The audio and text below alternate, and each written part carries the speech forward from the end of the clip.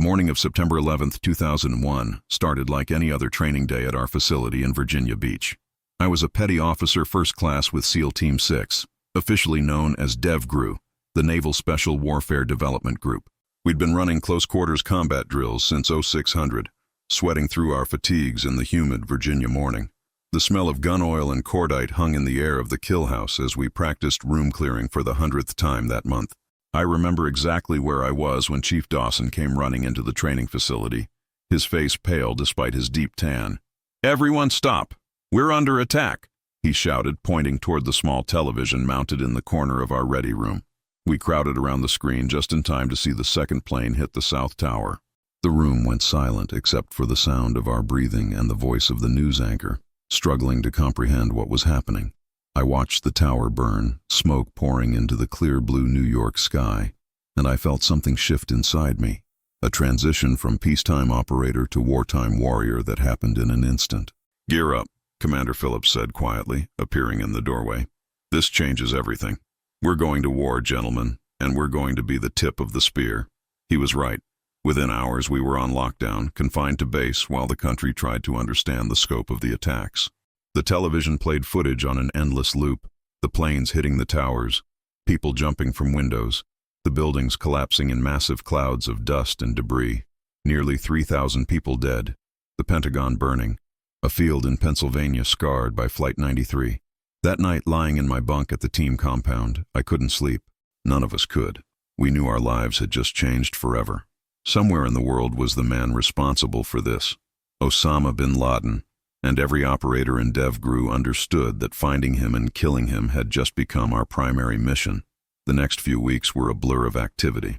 Intelligence briefings, target packages, preparation for immediate deployment. We studied everything we could find about bin Laden, Al-Qaeda, the Taliban, Afghanistan. The intelligence was frustratingly sparse. The CIA had been tracking bin Laden for years, but he was a ghost, moving between safe houses in Afghanistan's most remote regions, protected by layers of security and loyal fighters. By October, we were in Afghanistan. The war had begun with airstrikes and special forces teams linking up with Northern Alliance fighters. DevGRU was operating in the shadows, hitting high-value targets, gathering intelligence, searching for any trace of bin Laden and his senior leadership. I'll never forget my first operation in Afghanistan. We flew in on MH-47 Chinooks, the big helicopters shaking and rattling as they navigated through mountain valleys, flying low to avoid radar. The landscape below was biblical, endless brown mountains, ancient villages clinging to hillsides, a land that had been at war for decades before we arrived. Our target that night was a Taliban compound near Kandahar, where intelligence suggested Al-Qaeda fighters were meeting. We fast-roped into the compound at 0200, thermal imaging showing heat signatures inside multiple buildings. The assault was textbook, flashbangs, room clearing, targets neutralized before they could react. But when we searched the compound, we found only mid-level Taliban fighters. No senior Al-Qaeda leadership, no intelligence about bin Laden's location. It was the first of many operations that ended the same way. Successful tactically, but strategically frustrating. Bin Laden remained elusive, always one step ahead, protected by a network that seemed to know we were coming before we arrived. As the months turned into years, the hunt for bin Laden became an obsession for everyone in the special operations community. We hit compound after compound, followed lead after lead, interrogated hundreds of prisoners. The intelligence picture slowly came into focus. Bin Laden was using a sophisticated courier network to communicate, never using phones or email, relying on trusted messengers to carry messages between safe houses.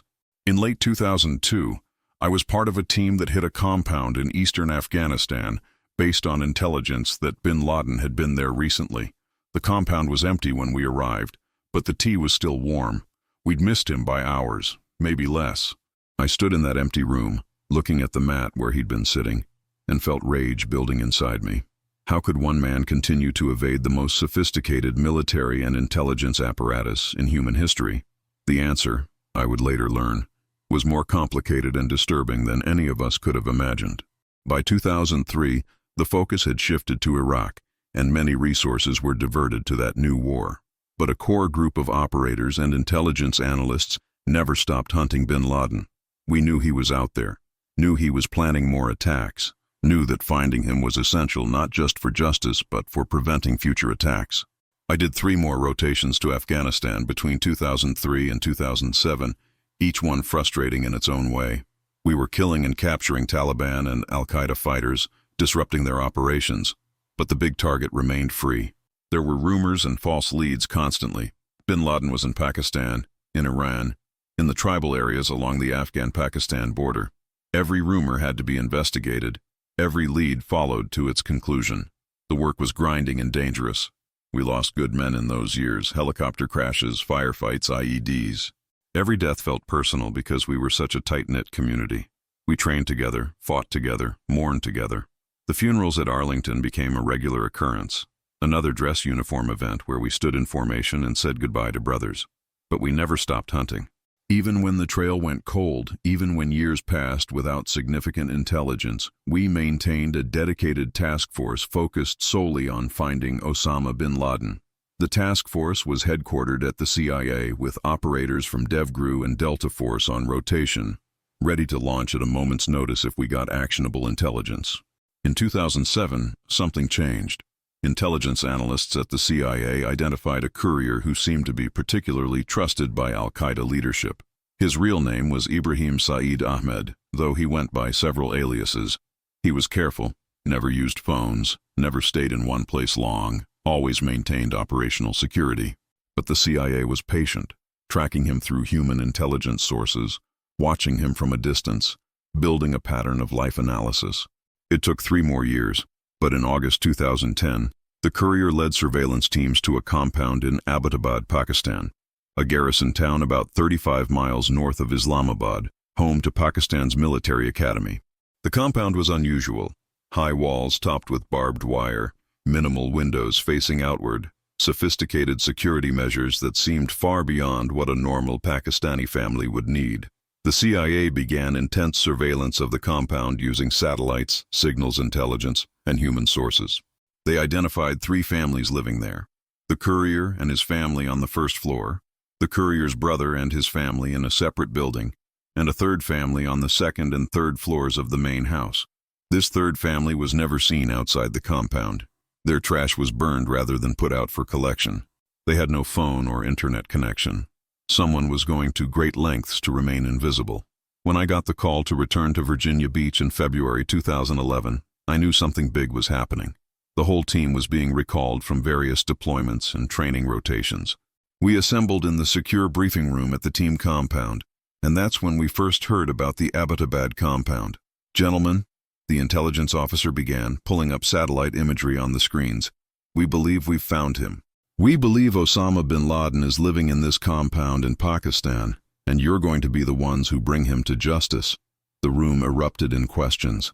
The intelligence officer laid out what they knew and what they didn't know. The certainty level was somewhere between 50 and 80%, depending on which analyst you asked. It wasn't definitive, but it was the best intelligence we'd had in nearly 10 years.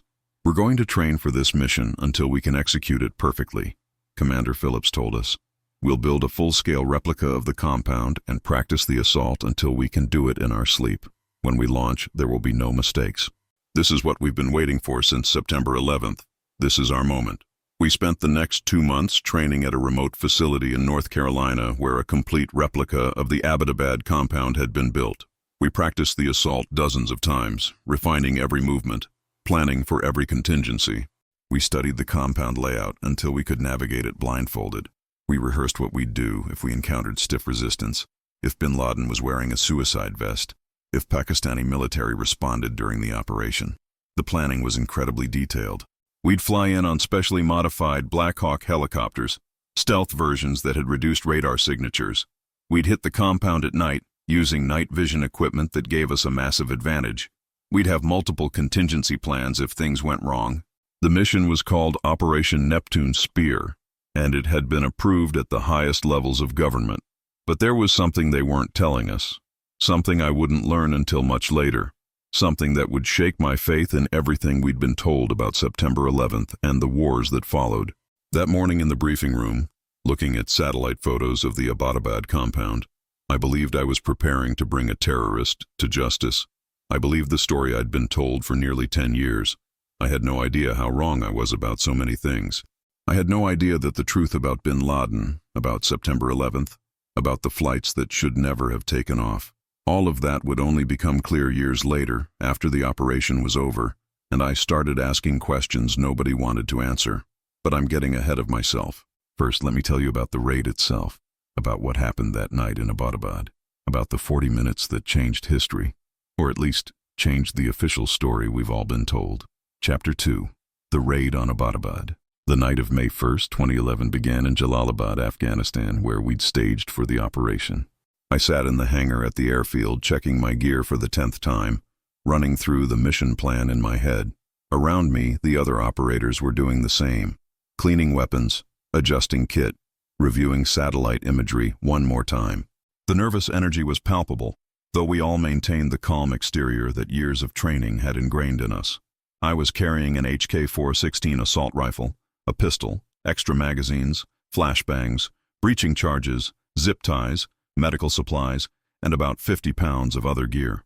My night vision goggles were mounted on my helmet, already tested and ready. I'd written a letter to my wife earlier that day, just in case. It was a tradition before major operations, though I never expected anyone would actually have to deliver it. At 2300 hours, we loaded onto the helicopters. I was on Chalk 1, the lead aircraft that would drop the first assault team directly into the compound's courtyard. The other helicopter, Chalk 2, would drop its team outside the compound to provide external security and handle any Pakistani military response. There were 23 of us in total, plus an interpreter and a military working dog named Cairo. The helicopters lifted off, their modified rotors creating an eerie, muffled sound instead of the usual loud thump-thump-thump of standard Blackhawks. We flew low and fast across the border into Pakistan, following terrain features to avoid radar detection. The flight took about 90 minutes of sitting in the dark, feeling the helicopter bank and turn, thinking about what waited at the end of this flight. I thought about the families who'd lost people on September 11th. I thought about the operators we'd lost hunting bin Laden over the years. I thought about what it would mean if we actually got him tonight, if this long hunt finally ended. But I also felt something nagging at the back of my mind, a doubt I couldn't quite articulate. Something about this mission felt different from the hundreds of raids I'd conducted over the previous decade. At 0030 hours local time, we approached the compound. The pilots called 2 minutes, and we prepared to fast rope in. But then something went wrong. The helicopter began losing lift. The combination of the high altitude, warmer than expected temperatures, and the high walls of the compound created aerodynamic issues the pilots hadn't anticipated. The aircraft started settling, descending faster than planned. "We're going down!" the pilot shouted. "Brace for impact!" The helicopter hit hard, the tail section clipping the compound wall, the whole aircraft tilting at a severe angle. We were trained for this. Emergency egress from downed aircraft was something we'd practiced countless times. The crew chief got the door open and we poured out, weapons up, scanning for threats. The crash landing had given away our element of surprise. Lights were coming on in the compound. We could hear shouting in Pashto and Urdu. The mission plan had just gone to hell, but we adapted. That's what SEALs do. We improvise, we overcome. We complete the mission regardless of circumstances.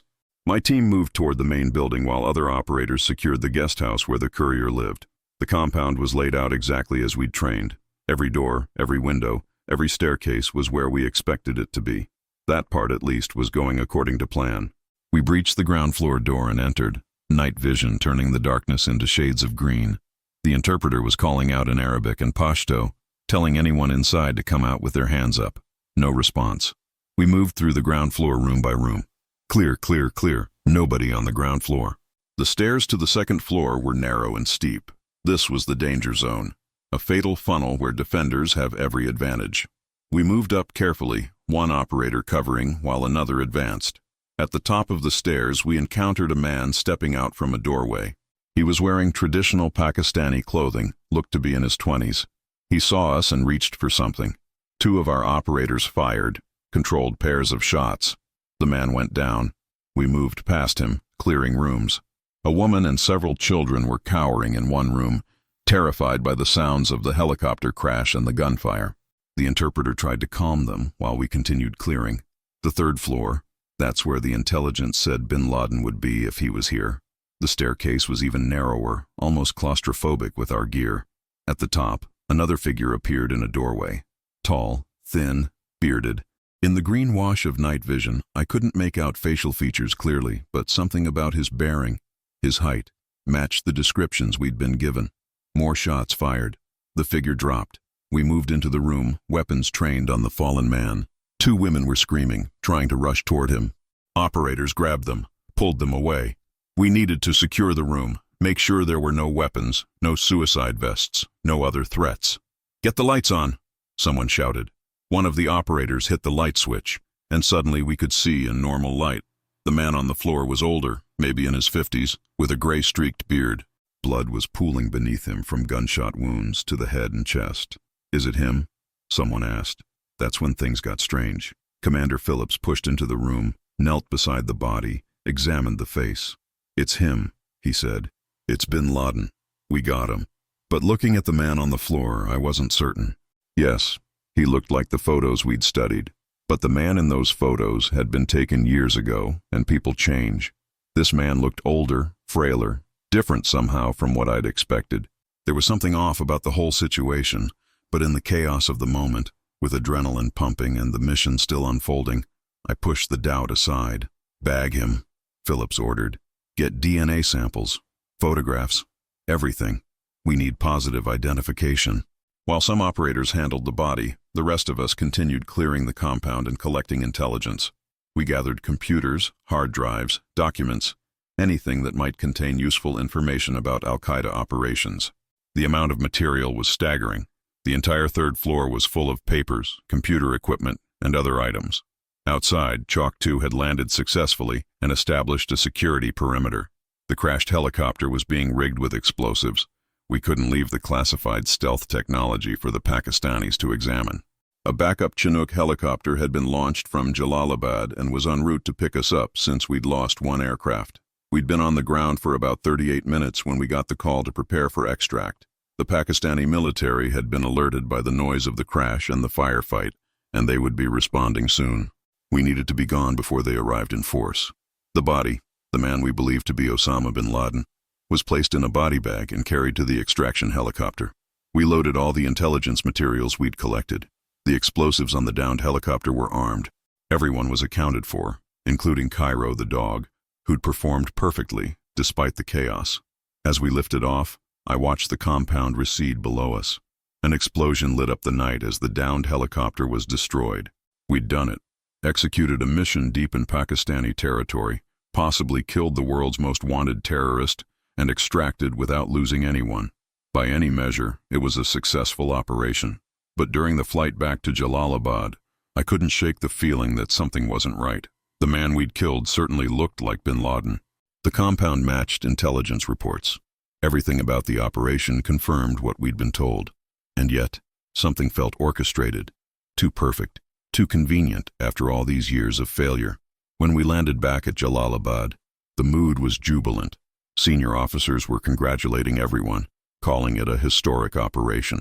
CIA analysts were already examining the materials we'd collected. The body was being prepared for transport to the USS Carl Vinson, where it would be buried at sea according to Islamic tradition, or so we were told. I grabbed a few hours of sleep, then attended the after-action briefing. That's when they told us about the DNA confirmation. The body was definitely Osama bin Laden, a 99% match to samples the CIA had obtained from his sister, who'd died of brain cancer years earlier. Facial recognition software also confirmed the identification. "You got him, gentlemen," the briefing officer said. "After nearly 10 years, you brought justice to Osama bin Laden." The president will be addressing the nation in a few hours to announce bin Laden's death. We were ordered to maintain operational security. Don't discuss the mission with anyone not directly involved. Don't talk to the media. Don't even tell our families the details. This was the most classified operation most of us had ever been part of, and it needed to stay that way. Over the next few days, as the news of bin Laden's death dominated headlines worldwide, I participated in additional debriefings. Intelligence analysts were ecstatic about the materials we'd recovered. They called it the largest cache of intelligence ever recovered from a senior terrorist leader. Computers full of correspondence, plans for future attacks, organizational charts, financial records. It was an intelligence bonanza. But the more debriefings I attended, the more questions I had. Why had bin Laden been living in such an obvious location? Why hadn't he tried to escape during the raid? Where was the elaborate security we'd been told he maintained? Why did the whole operation feel so scripted? I started asking questions, carefully, to people I trusted. Most of them told me I was overthinking it, that the mission had been successful, and I should be proud of what we'd accomplished. But a few others admitted they'd had similar doubts. The whole thing had seemed too easy, too clean, especially after years of near misses and failed operations. One senior intelligence analyst, a guy I'd worked with on multiple deployments, pulled me aside after one briefing. "Stop asking questions," he said quietly. "Just accept the win and move on. There are things about this operation you don't want to know, things that don't fit the official narrative. Trust me, you got the right guy, but the story of how we found him and why he was where he was, that's more complicated than what you're being told." "What do you mean?" I pressed. He shook his head. "I've already said too much. Look, you did your job perfectly. You executed the mission as ordered. What happened before you got there? What arrangements may have been made? What deals may have been struck? That's way above your pay grade and mine. Just let it go." But I couldn't let it go. Over the following months, as I returned to routine training and operations, I kept thinking about that night in Abbottabad. I started doing my own research, carefully, using unclassified sources, trying to piece together a larger picture of what had really happened. And that's when I started learning about the flights that took off on September 11th and the days immediately after, flights that should never have been cleared, flights that suggested the official story about bin Laden and Al-Qaeda and the war on terror was more complicated than we'd been told. But I'm getting ahead of myself again. First, let me tell you about what happened to our team after the raid, about the pressure we faced to maintain the official narrative, about the warnings we received about what would happen if we ever contradicted the story the government was telling the world. Chapter 3. The Aftermath and the Pressure to Stay Silent. The weeks following the raid were surreal. We returned to Virginia Beach as heroes, though only a small circle of people knew exactly what we'd done. President Obama had announced bin Laden's death to the nation, but the details of the operation remained classified. The SEAL community knew it had been a DevGru operation, but officially the participants remained anonymous, except that anonymity didn't last long. Within months, details about the raid were leaking to journalists. Books were being written, movies were being planned. The pressure to control the narrative became intense. And that's when I first realized that something much larger than a simple counterterrorism operation was at play. In July 2011, I was summoned to a meeting at an unmarked office building near Washington, D.C. I'd been told it was another routine debriefing about the Abbottabad operation, but when I arrived, I found myself sitting across from two men who didn't introduce themselves beyond first names. They were clearly intelligence community, probably CIA, and they were very serious. "Petty officer," one of them began, "we're here to discuss operational security regarding Neptune Spear. We're aware that you've been asking questions about certain aspects of the mission. We need to make sure you understand the sensitivity of this operation and the consequences of unauthorized disclosures." I felt my heart rate increase. "I haven't disclosed anything classified," I said carefully. "I've been asking questions through proper channels, trying to understand some inconsistencies I observed."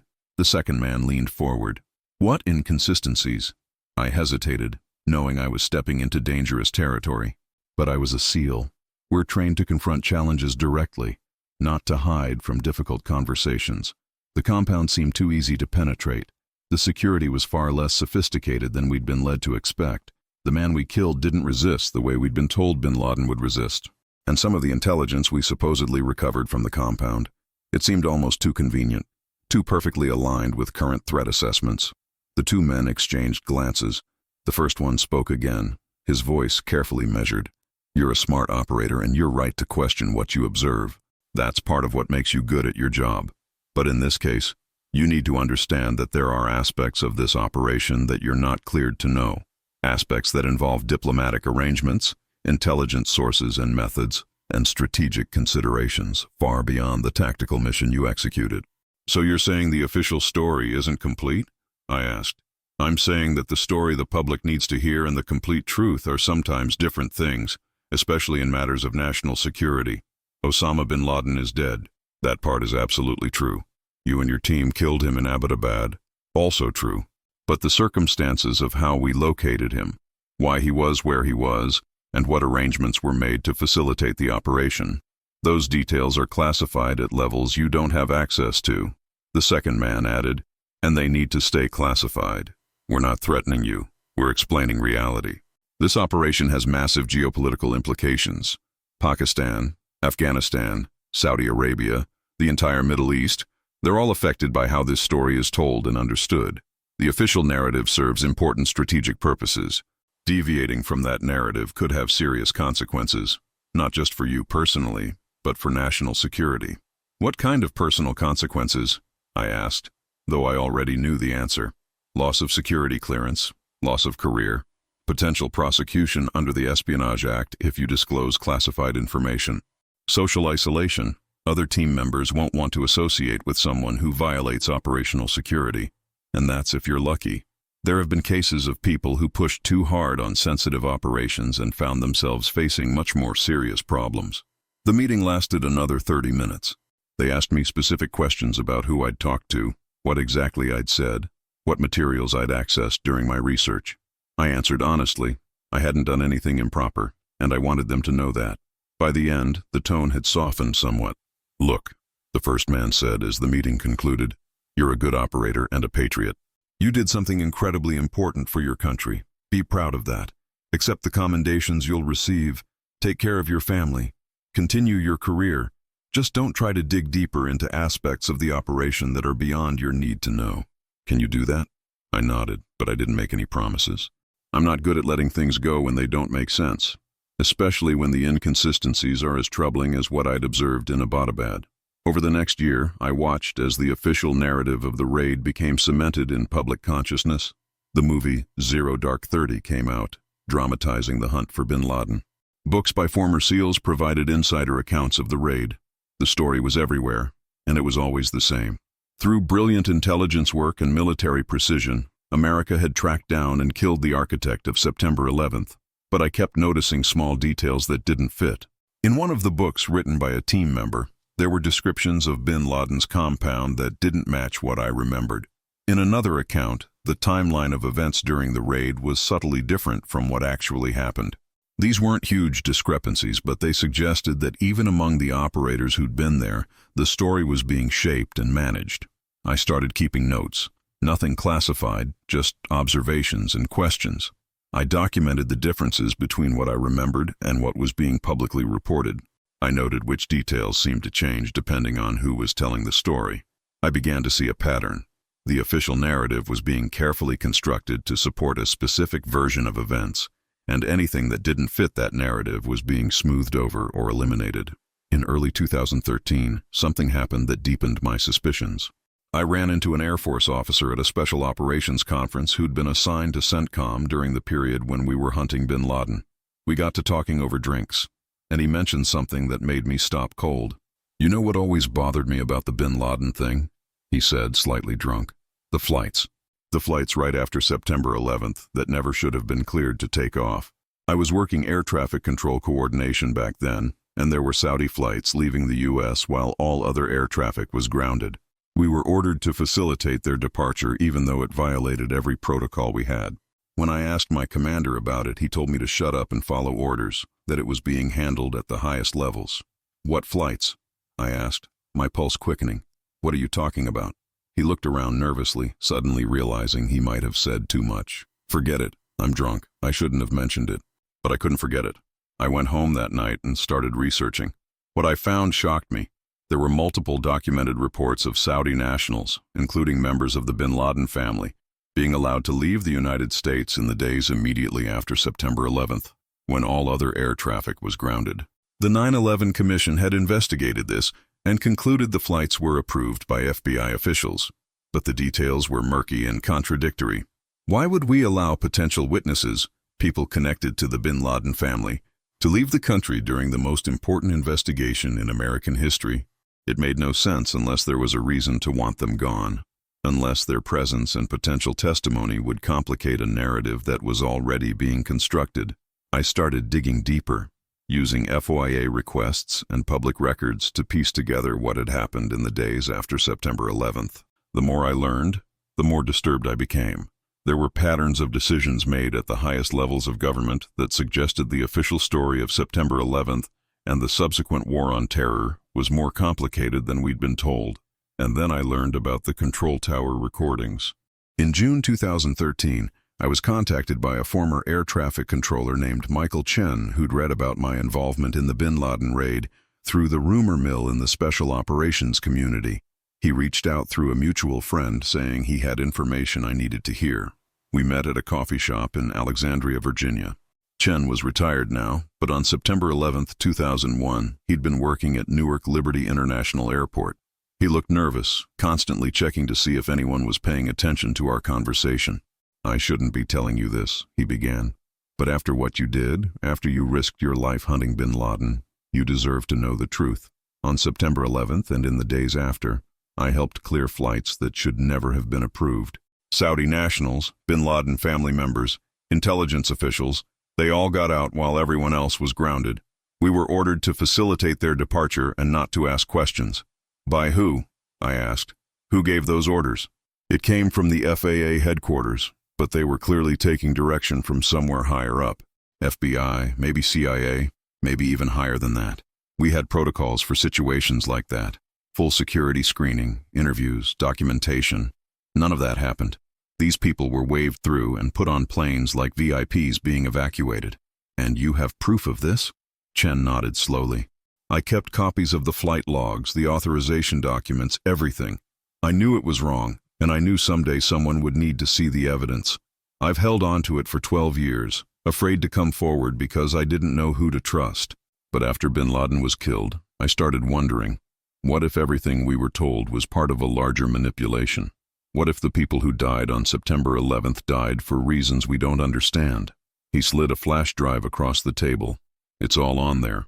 Flight manifests, tower communications, authorization documents. I made copies before the originals were confiscated and classified. What you do with it is up to you, but I thought you should know that the hunt for bin Laden might have been based on a story that wasn't entirely true." I took the flash drive, my hand shaking slightly. "Why are you giving this to me? Why now?" "Because you're a hero," Chen said simply. "You risked everything hunting the man who supposedly orchestrated September 11th. If that whole story is a lie, or even partly a lie, you deserve to know. All those operators who died hunting him deserve to know. The American people deserve to know." After Chen left, I sat in that coffee shop for another hour, the flash drive burning a hole in my pocket. I knew that looking at what was on it would change everything. Once I saw that evidence, I couldn't unsee it. I would have to make a choice about what to do with the information, and any choice I made would have consequences. But I'd never been someone who could ignore the truth just because it was inconvenient or dangerous. I went home, made sure my wife was out, and opened the files on the flash drive. What I saw that night changed everything I thought I knew about September 11th, about bin Laden, about the wars in Afghanistan and Iraq, about the operation in Abbottabad. The evidence was damning. Clear documentation of flights that violated every security protocol, carrying people who should have been detained and questioned, all facilitated by officials at the highest levels of government. The implications were staggering. If these flights had been authorized to protect certain individuals, to prevent certain questions from being asked, then what else about the official story was manipulated or false? Was bin Laden really the mastermind of September 11th? Or was he a convenient villain in a more complex geopolitical game? And the raid in Abbottabad, had we really hunted down and killed the world's most wanted terrorist? Or had we eliminated someone who'd become a liability, someone who knew too much about arrangements that could never be publicly acknowledged? I spent the next several months investigating carefully, quietly. I reached out to other people who'd been involved in various aspects of the September 11th response and the subsequent war on terror. Many of them refused to talk to me. Some told me to drop it. But a few confirmed that they'd also seen things that didn't fit the official narrative, irregularities and inconsistencies that suggested a much more complex truth than what the public had been told. The picture that emerged was disturbing. It suggested that September 11th, while certainly a real terrorist attack that killed real people, had been allowed to happen, or perhaps even facilitated by elements within the U.S. government and allied intelligence services. That Osama bin Laden, while certainly involved with al-Qaeda, had been working with intelligence agencies for years before the attacks. That the wars in Afghanistan and Iraq had been launched for reasons having little to do with terrorism and everything to do with geopolitical strategy and resource control. And the raid in Abbottabad, That had been the final act in a long-running play, eliminating someone who'd served his purpose and who could never be allowed to testify in court about what he really knew. Chapter 4. The Saudi Connection and What Really Happened on September 11th. The documents on Michael Chen's flash drive opened a door I'd never wanted to walk through. For weeks I couldn't sleep properly. I'd lie awake at night, staring at the ceiling, thinking about the implications of what I'd learned. Everything I'd believed about my service, about the mission in Abbottabad, about the purpose of the war on terror. All of it was built on a foundation that might be fundamentally dishonest. The flight manifests were especially damning. Between September 13th and September 19th, 2001, when all commercial air traffic in the United States was grounded, at least 8 flights had been authorized to carry Saudi nationals out of the country. The passenger lists included members of the bin Laden family, Saudi intelligence officials, and wealthy Saudi businessmen with known connections to extremist organizations. What made it worse was the documentation of the security screening, or lack thereof. Normal protocols required extensive interviews, background checks, and FBI clearance before anyone could board international flights during that period. But these passengers had been waved through with minimal screening. In some cases, the authorization documents explicitly stated that interview protocols may be waived at the discretion of the escort officer. I cross-referenced the passenger names with databases I had access to through my security clearance. Several of the passengers had appeared in previous intelligence reports as persons of interest in terrorism financing investigations. One had been photographed at a meeting with known al-Qaeda fundraisers just months before September 11th. These weren't random Saudi citizens caught in the wrong place at the wrong time. These were people with connections to the very networks we were supposed to be investigating. The authorization trail was equally revealing. The orders to facilitate these flights had come from the highest levels of the FBI and State Department. One document bore the signature of a deputy director, who later became a prominent figure in the War on Terror bureaucracy. Another included a reference to White House coordination, suggesting presidential involvement in the decision to allow these flights. But the most disturbing document was a memo dated September 12, 2001, just one day after the attacks. It outlined a strategic communications plan for managing the Saudi relationship in the aftermath of the attacks. The memo acknowledged that 15 of the 19 hijackers were Saudi nationals, and that this presented a significant diplomatic challenge. It proposed several strategies for managing this narrative, including facilitating the departure of Saudi nationals who might become focal points for media attention or legal action. In other words, less than 24 hours after the attacks, senior officials were already planning how to protect Saudi Arabia from the consequences of their citizens' actions. This wasn't an intelligence operation focused on finding the truth. This was damage control focused on preserving a strategic relationship, regardless of where the evidence led. I needed to understand why. Why would the U.S. government prioritize protecting Saudi Arabia over investigating the deadliest terrorist attack in American history? The answer, I discovered, lay in decades of complicated history between the two countries. History that had created relationships and obligations that couldn't be easily unwound even in the face of catastrophic terrorist attacks. I spent months researching the U.S.-Saudi relationship, piecing together a picture that explained the decisions made after September 11th. The relationship went back to 1945, when President Roosevelt met with King Ibn Saud and established the basic bargain that still governs the relationship. Saudi Arabia would guarantee oil supplies to the United States and accept U.S. military protection, while the United States would support the Saudi regime and not interfere in its internal affairs. Over the decades, this relationship had deepened and become more complex. Saudi Arabia had become a crucial partner in various U.S. operations around the world. During the Cold War, the Saudis had helped fund anti-communist operations in Afghanistan, Central America, and Africa. They'd used their oil wealth and religious influence to advance American strategic interests, even when doing so contradicted their own stated values. And the personal relationships were just as important as the strategic ones. Former U.S. presidents sat on the boards of Saudi-funded organizations. American defense contractors made billions selling weapons to the Saudis. Intelligence agencies on both sides cooperated closely on operations throughout the Middle East. Wealthy Saudis invested heavily in American businesses, real estate, and financial institutions. The bin Laden family was deeply embedded in this relationship. Osama's father, Mohammed bin Laden, had built the family construction empire with close ties to the Saudi royal family. The bin Laden group had built much of Saudi Arabia's modern infrastructure, including military facilities used by American forces. Even after Osama broke with the family and became a terrorist, the rest of the bin Laden clan maintained their business relationships and political connections. So, when September 11th happened, the U.S. government faced a dilemma. The evidence clearly pointed to Saudi involvement, not necessarily at the government level, but certainly from Saudi citizens, Saudi funding networks, and the Saudi-promoted ideology of Wahhabism that had inspired the hijackers. Thoroughly investigating these connections would expose the dark underbelly of the U.S.-Saudi relationship and potentially destroy a partnership that American policymakers considered essential to Middle East stability and oil security. The solution was to compartmentalize the blame. Osama bin Laden would be made the sole villain, an aberration from an otherwise friendly Saudi Arabia. The broader Saudi connections would be minimized or ignored, and anyone who might complicate this narrative, like bin Laden family members who could testify about Osama's connections to Saudi intelligence and American officials, would be gotten out of the country before they could become problems.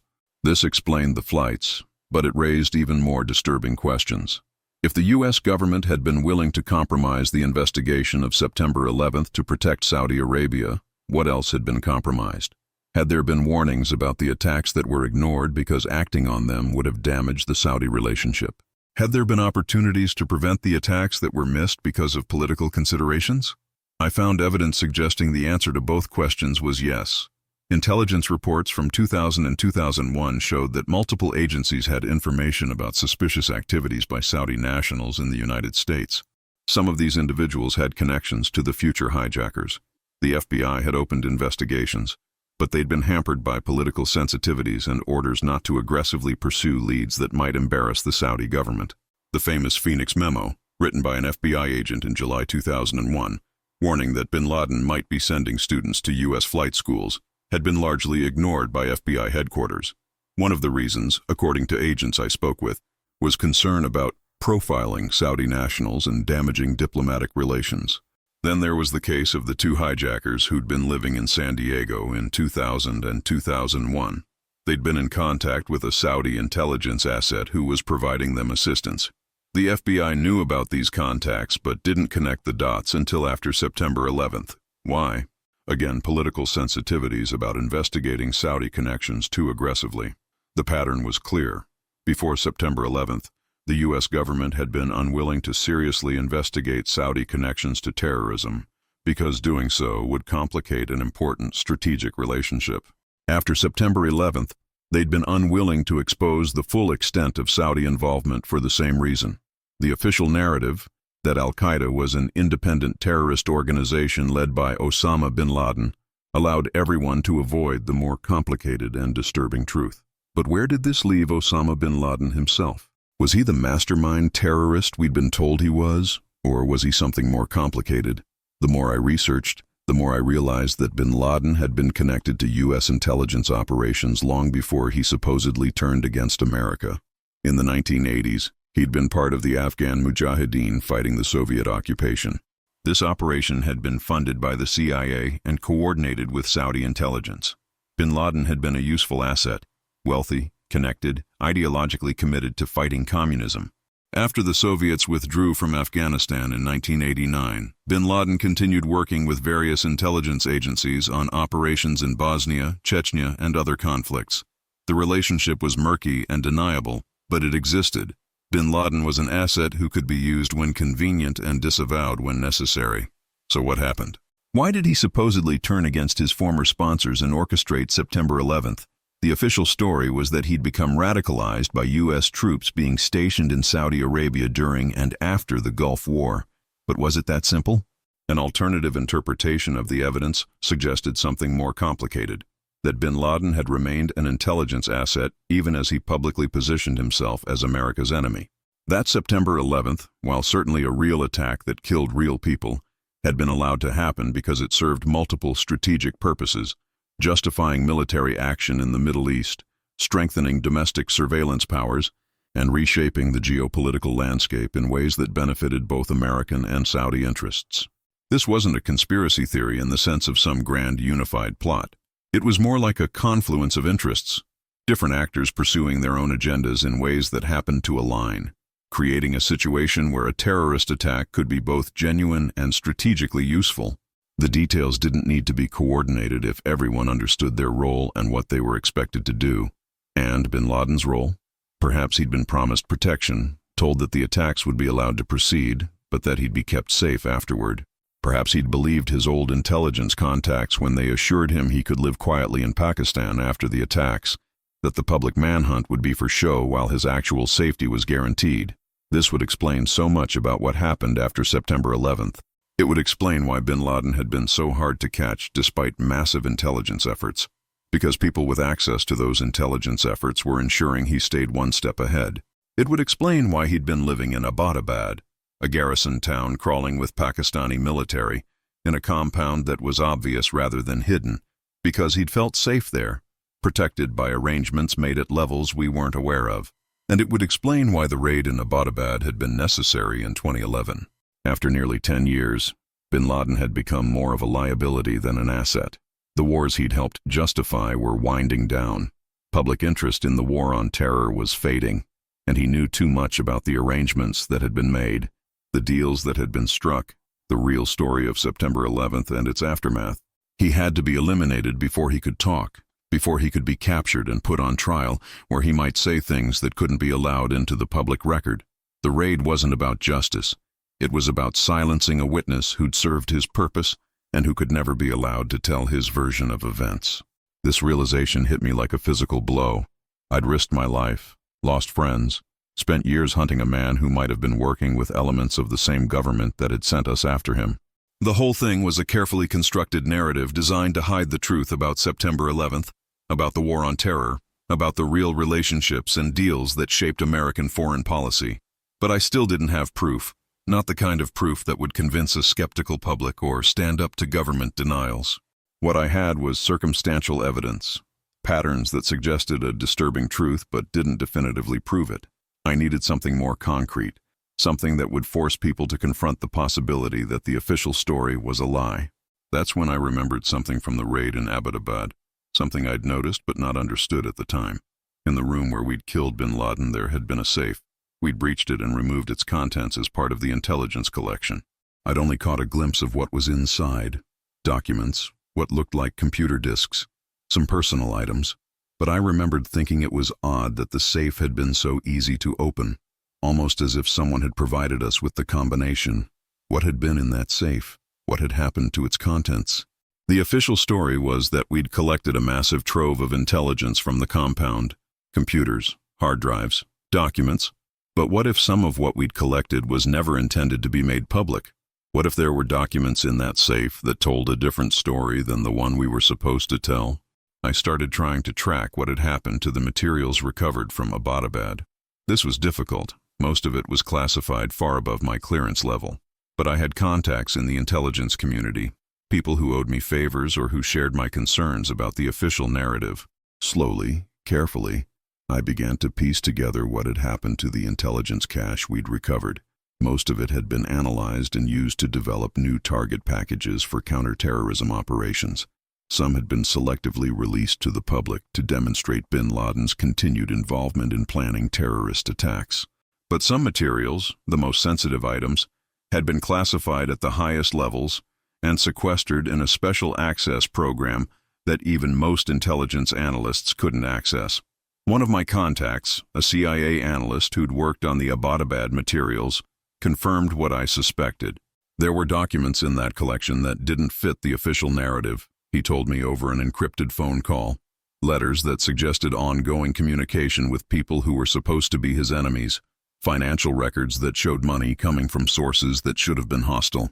We were told to set those aside, that they'd be handled by a special team. I never saw them again. What kind of communication? I asked. Who was he in contact with? I can't tell you that.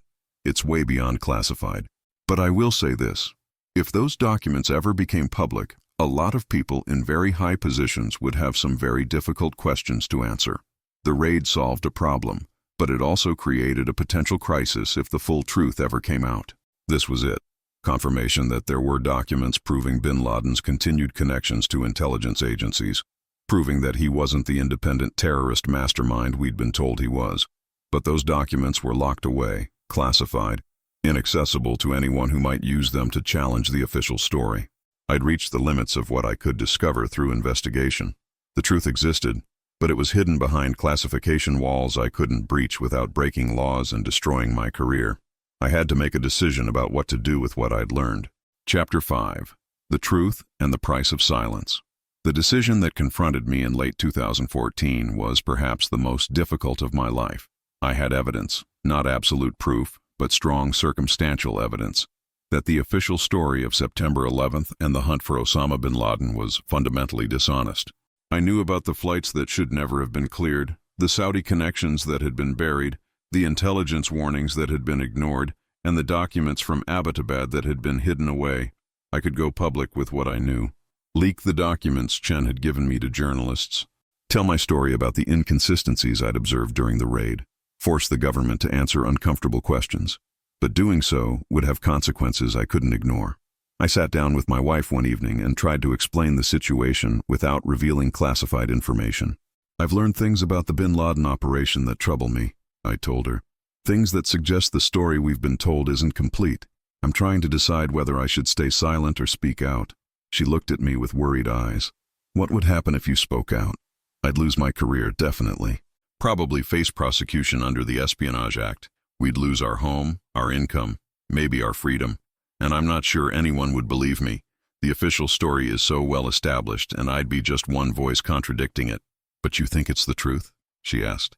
I think there's a truth that's been hidden, yes. I don't know if I have all of it, and I can't prove everything I suspect, but I know enough to know we've been lied to about fundamental things. The question is whether my responsibility to that truth outweighs my responsibility to you, to our family, to my own future. She was quiet for a long time. Finally, she said, I married a man who believes in doing the right thing, even when it's hard. But I also married a man who uses his head, who thinks strategically. Maybe the right thing isn't just speaking out. Maybe it's finding a way to get the truth out without destroying yourself in the process. She was right. I needed to think strategically, not just react emotionally to what I'd learned. Going public immediately would likely accomplish nothing except ruining my life. The government would deny everything, claim I was disgruntled or mentally unstable, and classify any evidence I tried to present. The media would be skeptical. The public, exhausted by conspiracy theories and partisan fights, would probably dismiss my claims as just another paranoid fantasy. But staying completely silent felt like a betrayal of everything I believed in. Those nearly 3,000 people who died on September 11th deserved the truth. The operators who'd died hunting bin Laden deserved the truth. The American people who'd supported wars based on false premises deserved the truth. I decided on a middle path. I would document everything I'd learned and put it in a secure location where it could be accessed if something happened to me. I would quietly share information with journalists and researchers I trusted, helping them develop their own investigations without directly exposing myself. And I would wait for the right moment, perhaps when I'd retired and couldn't be threatened with career consequences, perhaps when other revelations made the political climate more receptive to questioning the official narrative. Over the next several years, I did exactly that. I compiled a comprehensive document outlining everything I'd discovered, including copies of the materials Chen had given me, and detailed notes about my conversations with intelligence community sources. I stored copies in multiple secure locations with instructions that they should be released if I died under suspicious circumstances or if I gave a specific signal. I also began quietly connecting with journalists and researchers who were investigating September 11th and the War on Terror. I couldn't give them classified information directly, but I could point them in productive directions, confirm or deny things they'd discovered on their own, and help them understand which leads were worth pursuing. Several important investigative pieces published between 2015 and 2018 were strengthened by information I provided, though my role was never acknowledged. But even this limited involvement took a toll. I was constantly worried about being caught, about saying too much to the wrong person, about intelligence agencies monitoring my communications. I became paranoid, checking my car for tracking devices, varying my routines, avoiding certain topics in emails and phone calls. My marriage suffered. My wife could see the stress I was under, but I couldn't fully explain it without potentially putting her at risk. In 2016, I retired from the Navy. I'd served 22 years, including the most important operation of my career, and I left with honor and commendations. But I felt hollowed out, disconnected from the pride I'd once taken in my service. Everything I'd done had been in service of a mission built on lies, and I couldn't unknow that truth. After retirement, I felt slightly freer to speak, though I still couldn't directly reveal classified information without facing prosecution. I began giving interviews to alternative media outlets, carefully discussing my concerns about the official narrative without crossing legal lines. I talked about inconsistencies I'd observed, questions that hadn't been adequately answered, and the need for more transparency about what really happened on September 11th and during the hunt for bin Laden. The response was mixed. Some people were interested and supportive, grateful that someone with direct involvement was willing to question the official story. But many others, including former teammates and colleagues, viewed me as a traitor or conspiracy theorist. I received threatening messages telling me to shut up or face consequences. Several former friends stopped speaking to me. The SEAL community, which values loyalty and discretion above almost everything, largely shunned me. The professional consequences were real too. I'd hoped to do security consulting work after retiring, leveraging my experience and connections. But companies were reluctant to hire someone who'd become controversial. Former contacts in the intelligence community stopped returning my calls. I was effectively blacklisted from the world I'd been part of for more than 2 decades. But I also found allies in unexpected places. Other veterans who'd had similar doubts reached out privately, sharing their own stories of inconsistencies and cover-ups they'd witnessed. Journalists working on investigative pieces about September 11th and the War on Terror contacted me for background information.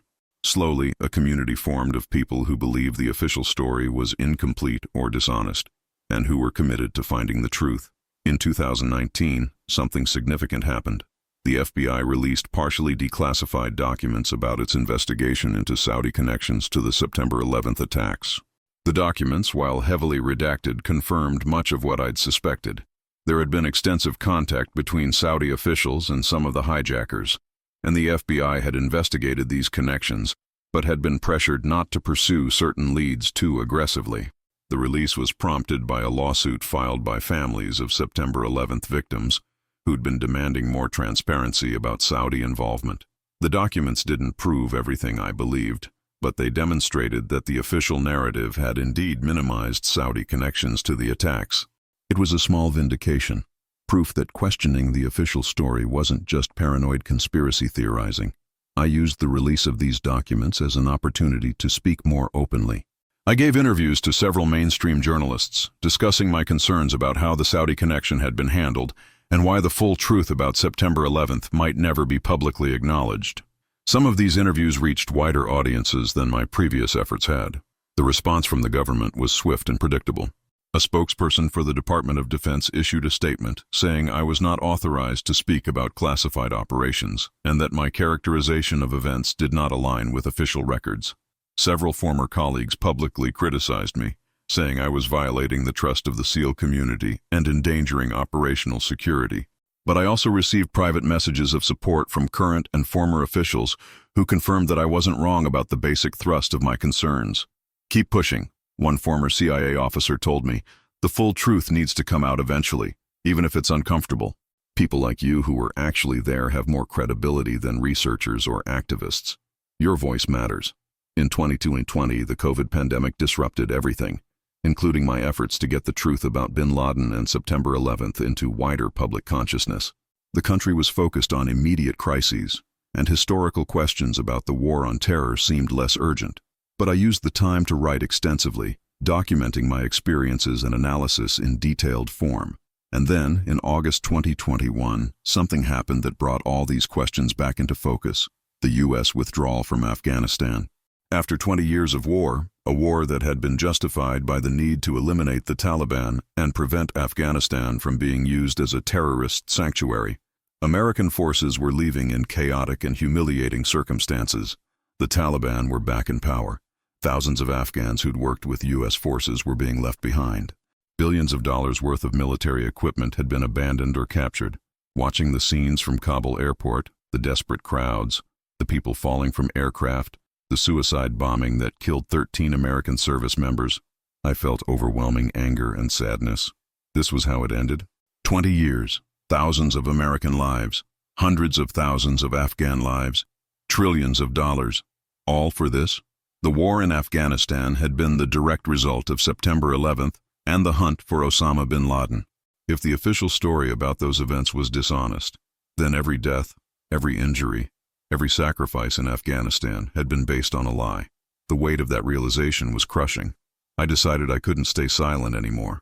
I reached out to a journalist I'd worked with before, someone I trusted to handle the story responsibly. "I'm ready to go fully public," I told him. "I want to tell everything I know about the bin Laden raid, about what I've learned about September 11th, about the documents that prove the official story is incomplete. I understand the consequences, but I can't watch this war end without people knowing what it was really about." The journalist was interested but cautious. "You understand you could face prosecution. The government doesn't look kindly on people who reveal classified information, especially about something as sensitive as the bin Laden raid." "I know, but I also know I can't live with this truth locked inside me anymore. The American people deserve to know what was really done in their name. The families of September 11th victims deserve to know the truth about who was really responsible and who was protected. The operators who died deserve to have their sacrifices acknowledged honestly." Over the next several months, the journalist and I worked on a comprehensive article that would detail everything I knew. We consulted with lawyers about how to present the information in ways that minimized my legal exposure while still being honest about what I'd discovered. We corroborated as much as possible through independent sources. We prepared for the inevitable government response and media skepticism. The article was scheduled for publication in March 2022. But 2 weeks before the publication date, I received a visit from 2 FBI agents. They asked to speak with me privately, and I knew immediately what it was about. "Mr. Reeves," one of them began. Not using my rank, I noticed, a subtle indication that I was no longer considered part of the military brotherhood. "We're aware that you've been working with journalists on a story about the bin Laden operation. We're here to warn you that publishing classified information would violate federal law and could result in prosecution." "I haven't revealed anything classified," I said carefully. "Everything I'm discussing is either publicly available information or my own observations and analysis." "The line between classified and unclassified can be ambiguous," the other agent said. "We're advising you to consult with the Department of Defense's Office of Pre-Publication and Security Review before publishing anything related to your military service. Failing to do so could be considered a violation of the non-disclosure agreements you signed." It was a threat, thinly veiled as advice. I consulted with my lawyer, who confirmed that the government could make my life very difficult if I proceeded with publication. At minimum, they could tie me up in legal proceedings for years. At worst, I could face espionage charges that might result in prison time. I talked with my wife again. We'd been through so much already: the stress of my investigation, the social isolation, the professional consequences. Was I willing to risk prison to tell this story? "What do you think people will do if you tell them?" she asked. "Do you think it will change anything?" It was a fair question. Would exposing the truth about September 11th and bin Laden actually matter? Would it lead to accountability? To changes in how America conducts its foreign policy? Or would people just get angry for a while and then move on, the way they always do when confronted with uncomfortable truths about their government? I didn't have a good answer. Maybe nothing would change. Maybe I'd sacrifice everything and achieve nothing except satisfying my own need to tell the truth. But wasn't that enough? Wasn't speaking the truth valuable in itself, regardless of practical consequences? In the end, I decided to proceed, but with modifications. Instead of publishing a detailed exposé that would force the government to prosecute me, I decided to write a first-person account that presented my story and my doubts without explicitly revealing classified information. I would talk about what I'd observed, what I'd learned through unclassified research, and what questions I believed needed to be answered. I would point readers toward the truth without directly stating things I wasn't legally permitted to reveal. This is that account. I was on the Navy SEAL team that killed Osama bin Laden in Abbottabad, Pakistan, on May 2, 2011. Everything you've read in this document is true to the best of my knowledge and memory. The operation happened largely as I've described it. But the context, the intelligence that led us there, the arrangements that may have been made, the truth about bin Laden's relationship with intelligence agencies, that context is more complicated than the official story acknowledges. The flights that left the United States in the days after September 11th, carrying Saudi nationals who should have been questioned about their connections to the hijackers, really happened. The control tower recordings and authorization documents exist. The Saudi connections to the attacks were more extensive than the public has been told. Intelligence warnings that might have prevented the attacks were ignored or suppressed for political reasons. And Osama bin Laden himself was a more complicated figure than the simple villain we were presented with. His connections to intelligence agencies, his years of cooperation with American operations, his surprisingly comfortable life in Abbottabad under the protection of Pakistani military, all of this suggests a man who was part of a larger intelligence game rather than an independent terrorist leader. The documents recovered from his compound in Abbottabad, particularly those from the safe in his room, contain information that would challenge the official narrative if they were ever fully declassified. I believe those documents show ongoing communication between bin Laden and intelligence officials from multiple countries, proving he remained an asset even as he was publicly portrayed as America's most wanted enemy. The raid that killed him was necessary not primarily for justice or counterterrorism purposes, but to eliminate a witness who knew too much about arrangements that could never be publicly acknowledged. His death closed a chapter and prevented the kind of trial that might have exposed uncomfortable truths about how the war on terror really began and who actually benefited from it. I'm telling this story now because I believe the American people deserve to know that the wars fought in their name may have been based on fundamental dishonesty.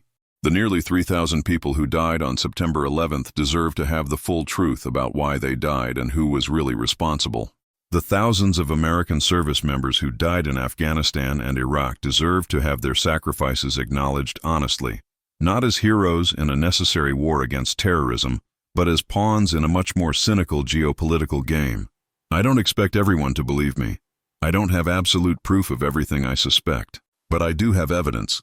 Enough evidence that anyone looking at it objectively would have serious questions about the official narrative. And I have my own observations from the most important counterterrorism operation in American history, observations that don't align with what the government has told the public. The control tower cleared flights that should never have taken off. Intelligence agencies protected relationships they valued more than truth or justice. And a Navy SEAL team was sent to kill a man who might have been able to tell us the real story of September 11th if he'd ever been allowed to talk. That's the truth as I know it. What you do with it is up to you. Epilogue. I'm writing this final section in late 2024, more than 13 years after the raid in Abbottabad, and 23 years after September 11th. The promised article was published in modified form, generating some discussion but not the massive public reaction I'd once hoped for. The government responded with denials and implications that I was unstable or motivated by bitterness about my post-military career. Some former teammates have reconciled with me, privately admitting they had similar doubts but couldn't risk speaking out. Others remain angry, viewing me as a traitor to the brotherhood. I've learned to live with being a controversial figure, someone who inspires strong reactions regardless of whether people believe my story. My wife and I survived the stress, though our relationship was tested in ways neither of us anticipated. We're still together, still trying to build a life beyond the secrets and the consequences of truth-telling. Some days are harder than others. I don't know if the full truth about September 11th, about Osama bin Laden, about the control tower recordings and the Saudi flights will ever be officially acknowledged.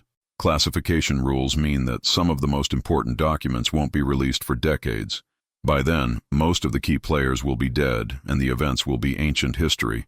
But I believe truth has a way of emerging eventually, even when powerful institutions try to suppress it. Each small revelation, each declassified document, each witness who decides to speak, they all contribute to a fuller picture that eventually becomes impossible to deny. I did what I could. I served my country with honor in the immediate sense. I was a good SEAL. I completed my missions. I did my job professionally. But I also served my country in a deeper sense by refusing to let the official lies stand unchallenged, by adding my voice to those demanding accountability and truth. History will judge whether I made the right choice. For now, I can only say that I chose to speak when staying silent would have been easier, safer, and more comfortable. I chose to honor the truth over my own security. And I chose to believe that even small acts of truth-telling matter, that they accumulate over time into something that can't be ignored. The flights should never have been cleared. The questions should have been asked. The truth should have been told. But it wasn't. And that's why I'm telling this story now, incomplete and imperfect as it is. Because someone has to. Because the people who died deserve it. Because the country I served deserves better than comfortable lies. I was on the Navy SEAL team hunting bin Laden. This is what I know. This is what I believe. This is the truth as best as I can tell it. Do with it what you will.